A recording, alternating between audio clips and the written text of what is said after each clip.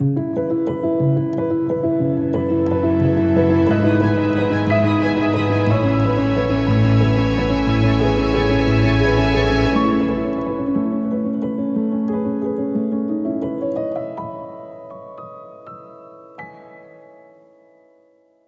nome é Antônio Paulo dos Santos Leite. Eu não tenho quase tempo, mas quando tem um tempinho, quando sobra, né? Gosto muito de assistir filme. Comédia eu gosto bastante, terror também gosto, drama romântico eu também gosto, mas é o básico, né? Quando dá um tempo que a gente faz. Eu gosto muito de minha comida básica, né? Assim, tipo um arroz, um feijão, uma couvezinha, assim, um ovo fritinho, assim, muito bom, quentinho, aquela comida assim feita na hora, assim, é 10. Eu já trabalhei assim no restaurante, né? Trabalhei bastante tempo no restaurante como ajudante de cozinha, como saladeiro em tudo, saladeiro também. Então assim, já experimentei muita coisa diferente, tudo. Por isso que eu me amarro mais assim no básico mesmo, entendeu? Eu sou formado em contabilidade, né? Minha profissão, né, é contador. Exerço parcialmente a função de contador, né? Porque devido aos cuidados que eu tenho que ter com a minha filha, então eu trabalho em casa e faço alguns tipos de serviços de contabilidade. E também sou artesão, que dá mais aquela coisa que eu posso trabalhar em casa, então trabalho com mochila, bolsa, essas coisas assim que já ajuda a contribuir para a renda, né, familiar. Contador, sou formado desde 2012, mas antes já trabalhava já na área já. E no caso de artesanato, eu comecei fazendo um cursinho de corte e costura na igreja, né, na Terceira Igreja Batista, a professora Marlete. E dali então, fui vendo vídeo no YouTube e tudo, aprendi a fazer bolsa, necessaire, esses tipos assim de artesanato, que graças a Deus tem me ajudado bastante. Eu gosto muito de fazer o artesanato, porque assim, é uma coisa assim, que a gente vê ali, por exemplo. É tipo assim, normalmente a gente usa assim, quando nasce, quando tem o parto, né? Quando nasce aquela coisa ali, a gente vê aquela bolsa, aquela mochila ali, porque tem várias etapas, né? Aí vê naquela etapa final assim, tem vezes que a gente fica até assim, será que eu fiz isso mesmo? Né? A gente fica desse jeito.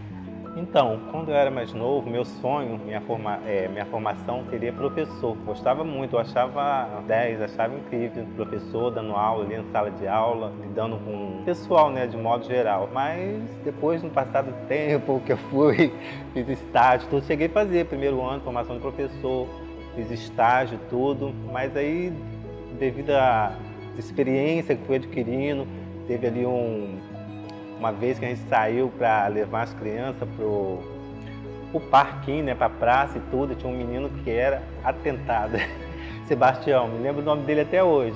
Sebastião foi subindo na árvore, subindo, quando vê que Sebastião estava lá em cima, tchum, despenca lá de cima e quebra braço, machuca todo, e aí eu falei, ai, não é pra mim não.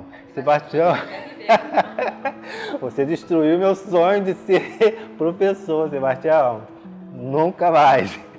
Então, um dos sonhos assim que eu tinha, né, antes de me casar, era viajar, né, sair para fora do Brasil, conhecer mais o mundo e tudo. Especificamente, que eu tinha vontade de conhecer era Portugal, que até hoje eu estou com um projeto, quem sabe mais para frente, né, de conhecer, que eu tenho um amigo que mora lá faz bastante tempo, então se Deus quiser, um dia eu chego lá, eu realizo. Então, ser pai é muito bom, eu sempre tive sonho de ser pai quando eu era mais novo e tal, né, a gente tem aquele sonho, tem sonhos, né, que a gente tem, então eu sempre tive vontade de ser pai, é assim, um sonho realizado, muito bom a gente ver ali a criança ali correndo pela casa e tá, emociona a gente muito.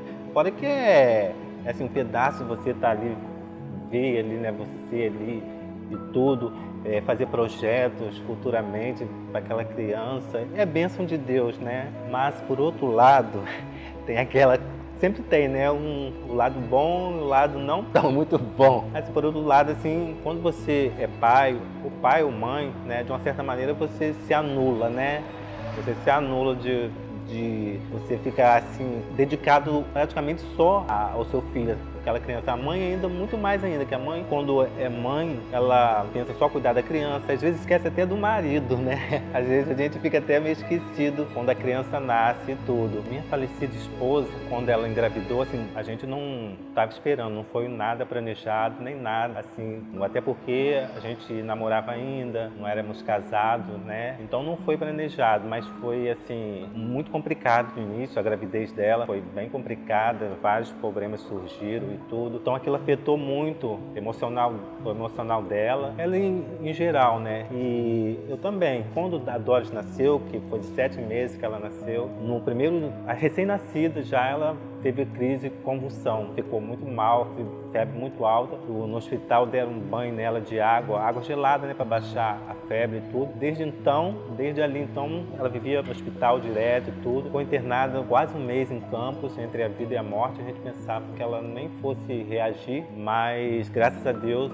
ela reagiu e desde então foi luta, né? Luta em cima de luta, porque assim, normalmente criança sempre adoece. Então isso assim afetou muito a gente. Depois, né, a minha esposa faleceu, né? Então eu fiquei cuidando dela somente. Depois que passa e acontece as coisas que a gente vai parar para pensar direitinho, mas eu acho assim que Deus sabe de todas as coisas, porque eu vejo assim, hoje eu vejo que Ele me preparou durante o tempo que a minha esposa esteve doente, né?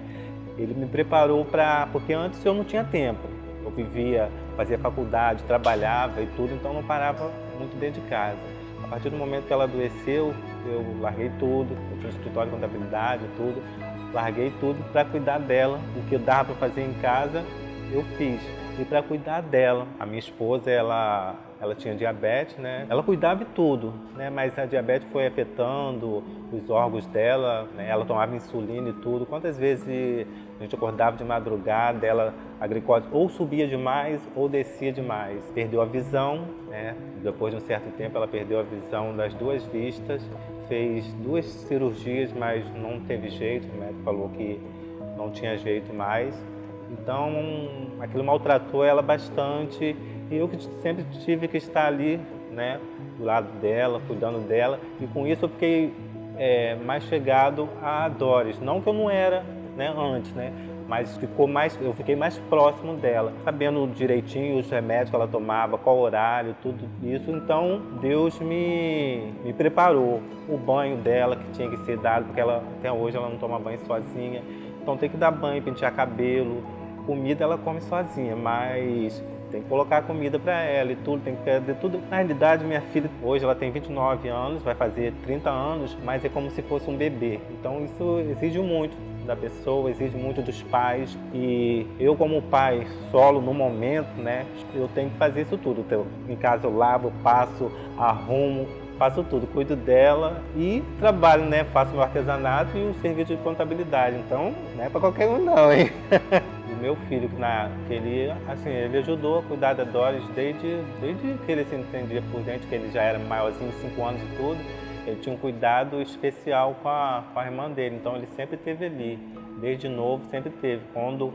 Quando eu trabalhava fora, ele, né, com a mãe dele, e depois também, né, que ele cresceu, que ficamos só nós 2 também, ele sempre teve um cuidado especial com a irmã dele.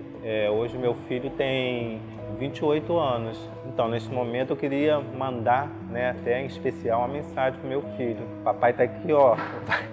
Quando você me vê aqui no YouTube, não pensa que eu esqueci de você não, nessa contribuição toda que você teve com a sua irmã, que você sempre teve carinho por ela e tudo, sempre defendeu ela no colégio e tudo. Você tá juntinho comigo aqui no meu coração, tamo juntos, tá? Apesar de você estar aí no Rio de Janeiro, eu aqui em Macaé, mas tamo juntos. Quando a Doris, no caso, quando a Doris nasceu com esse compromisso, né?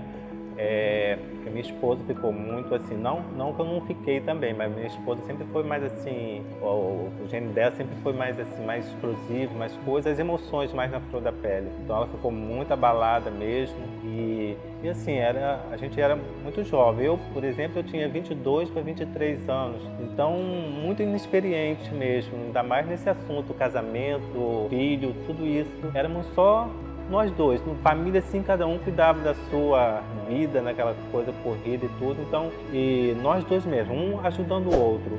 Ela trabalhava fora, ela até quando ela teve a dose, ela praticamente quase que teve dentro do serviço, porque ela trabalhou até no último dia ali de gestação. E assim, a gente um ajudando o outro, um dando a mão ao outro, em todas as coisas que passaram pela nossa vida, fomos nós dois, apesar, né, Deus em primeiro lugar, né, tem Ele, eu acho que a gente não aguentaria ter passado por isso tudo, a gente já teria desabado há muito tempo, até eu depois que ela faleceu e tudo, se não fosse Deus na minha vida, se não tivesse Deus ali me sustentando dia a dia, eu confesso que não aguentaria.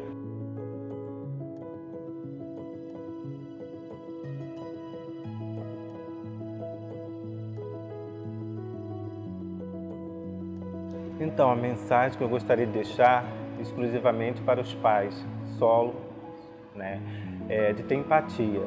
Empatia de se colocar no lugar da pessoa, de viver o que a pessoa está vivendo, de sentir o que a pessoa está sentindo. Porque nós pais também podemos e devemos estar cientes de que nós podemos realmente cuidar dos nossos filhos, né? Nós podemos ter o cuidado, os mesmos cuidados que as mães têm, com Deus em primeiro lugar, e pedir forças e continuar a caminhada. Então, é isso.